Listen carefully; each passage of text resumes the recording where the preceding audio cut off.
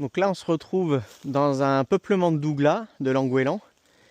On voit bien que c'est une plantation artificielle avec les lignes de plantation.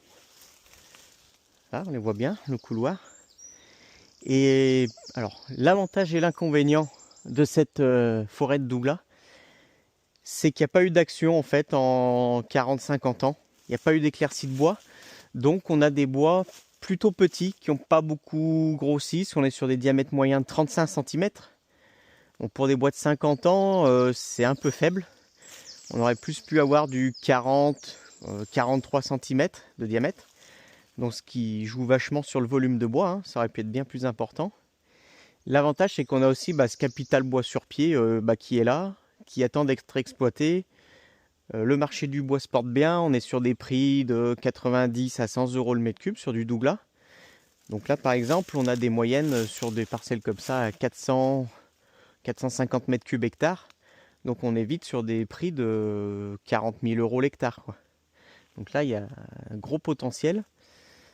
Ce qu'il faudrait faire, à la limite, une petite éclaircie sanitaire qualitative pour enlever les moins jolis. Ça va pas faire croître beaucoup les arbres en place, comme celui-ci. Ceci dit, les bois vont pousser, de toute manière. Alors pas aussi fort que si ça avait été éclairci il y a quelques années. Mais ça va prendre de la valeur et du volume. Et ce qui peut être intéressant, c'est de récupérer un petit peu de cash flow sur ces premières éclaircies.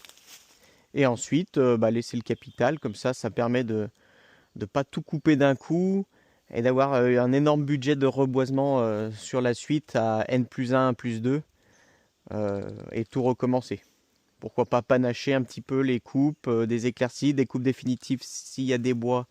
On le verra sur un autre secteur moins joli qualitativement, où il n'y a pas d'intérêt de laisser pousser. Là, on pourrait à la limite dire on fait une petite éclaircie de 20%, on enlève les moins jolis, les plus petits, et on laisse pousser le reste.